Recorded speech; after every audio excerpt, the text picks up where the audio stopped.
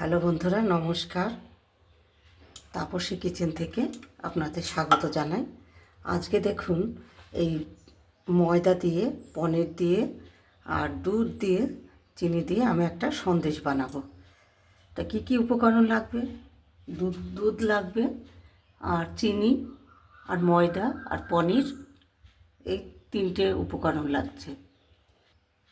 তখন পনিরটা আমি হাত দিয়ে একটু করে নেব, হাত দিয়ে ম্যাশ করে নেব। আমার পনিরটা মাখা হয়ে গেছে, দেখুন হাত দিয়ে আমি চটকিয়ে নিয়েছি। বন্ধুরা গ্যাসটা দিয়ে দিচ্ছি। এই দেখুন বন্ধুরা, আমুলের দুধের প্যাকেট আমি নিয়ে নিয়েছি। দেখুন এবার দুধটা ঢেলে দেব। আমি হাফ লিটার দুধ আমি ঢেলে দেবো।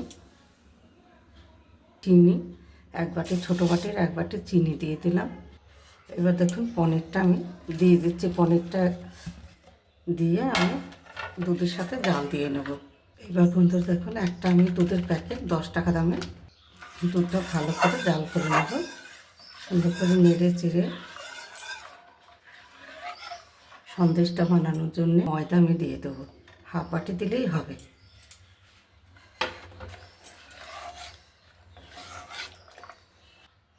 দেখুন বন্ধুরা, এই এলাচ একটা ফাটিয়ে দিয়ে দিলাম সন্দেশে। দেখুন বন্ধুরা, এই সন্দেশের মধ্যে কটা কিশমিশ আমি দিয়ে দিলাম, 1 মুঠো মতো।